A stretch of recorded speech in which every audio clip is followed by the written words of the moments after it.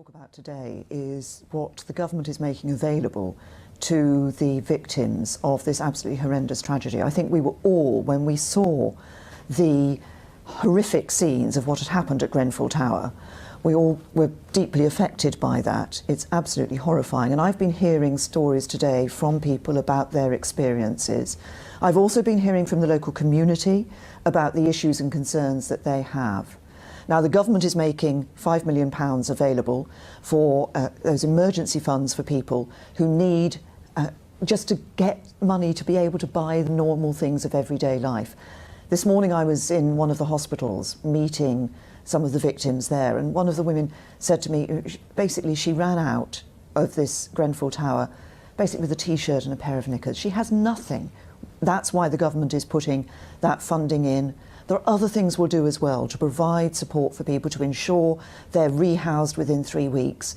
But immediately we need to ensure people have the help they need. There's a need for the public to hear you say in words of one syllable, something terrible has happened, something has gone badly wrong, it is our fault. We acknowledge that and accept responsibility. This has been, something terrible has happened. This is an absolutely awful fire that took place. People have lost their lives. People have had their homes destroyed. They have fled for their lives with absolutely nothing. That's why you misread the public mood on this one. You misread the anger that people feel about this. They shouted coward at you this afternoon when you left St Clement's. What I have done since this incident took place is, first of all, yesterday, ensure that the public services had the support that they needed in order to be able to do the job they were doing in the immediate aftermath of this. The reason, Prime Minister, this is Friday evening. They needed those things in place on Wednesday. There were people we spoke to who were housed for one night, didn't know where they'd spend the next night, had no money to spend on food, and were not told anything by anyone. No one was in charge. What I have done today is ensured that we are, as a government, putting that funding in place for people in the area. This has been an absolutely terrifying experience. When are they told where they're going to be housed? It has been a terrifying experience for people. This is why, when I heard stories yesterday from the emergency services about the issues around the fire. That's why I came straight back to Downing Street and I ordered a public inquiry. And we'll make sure that takes place as soon as possible to get to the bottom of this. But this is not just about finding out what happened. This is not just about finding out who was responsible for what happened. It's about ensuring that support is there, here and now. But why wasn't it there in place? Any other tragedy, flooding, you would have had the army there, you would have had organisers. I was there on the ground, I saw the chaos for myself. There was no one in charge and there was nobody willing to accept responsibility. We are ensuring that support is put in place for people. Now, that means that money should be made available, and we have to, one of the things I've just heard from people is about making sure that that money actually gets through to people. And that's a very real issue, because we have to, as government, make the money available. But I want to ensure that people actually get that money in their hands so they can go and buy the things that they need.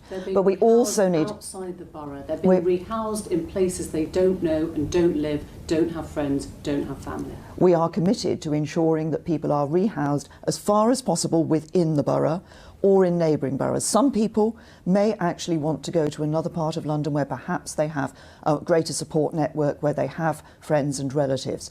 We are ensuring that within 3 weeks people will be rehoused so they have a home to go to. So immediate support. Accept, though, that you misread the public mood, the level of anger. You didn't go and meet residents and they really resented that. This was a terrible tragedy that took place. People have lost their lives and others have lost everything, all their possessions, their home and everything. What we are doing is putting in place the support that will help them. But it is a terrible tragedy. I have heard horrifying stories from the fire brigade, from the police and from the victims themselves who were in that tower, but also from other local residents, some of whom of course have not been able to go back to their homes either. What I'm now absolutely focused on is ensuring that we get that support on the ground. As I say, government is making money available. We're ensuring that we're going to get to the bottom of what's happened. We will ensure that people are rehoused, but we need to make sure that that actually happens. This was preventable, wasn't it? In 2013, a coroner had safety recommendations which included putting sprinklers in all these buildings, and it was never done. There were two types of material that could have been used in the cladding. One was flammable and one was fireproof, and the fireproof one cost £2 more. Was that not £2 worth spending? Well, we have yet to find out what the cause of the fire was. The fire brigade, the fire service are doing that. The fire service are looking at it. By spending £2 more on the cladding. The fire service are looking at what the cause of the fire was. And it's important that we get to the bottom of this, that we find out exactly what happened. But you were That's why this in 2013. You were in government there, and the coroner said you can stop this with a sprinkler system in every block. And the government has taken action on the recommendations of the coroner's report. But what we need to do in relation to this incident, to this horrifying fire, is to make sure that we get to the bottom of why this fire took place, what happened, why did it spread so unexpectedly and so ferociously and so quickly. Grenfall sat on a report from last October that he should have looked at. He knew about these recommendations then. No, the government acted on recommendations from the coroner's report, but what we need to do is ensure that in relation to this fire, we do find out what caused the fire. Now, that will be done. The fire service will make a report. The fire service will look at what it was that immediately happened.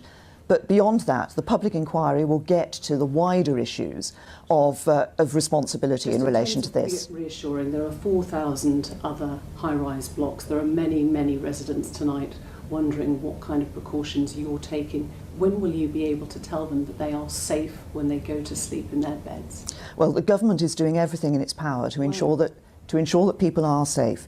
We've identified those buildings, and over the weekend, now and over the weekend, people are going in and inspecting those buildings. We will do everything in our power to make sure that people are safe. Does the culture have to change now? Does it have to be a culture where you start putting health and safety first instead of cutting corners? What we need to do is to ensure that immediately people have the support that they need in order to deal with what is a horrific and terrible circumstance that people are in. We then also need to look at how this happened, why it happened, and what lessons need to be learnt. And if action needs to be taken, we will take it. Thank you. You didn't frankly have the balls to put country before party.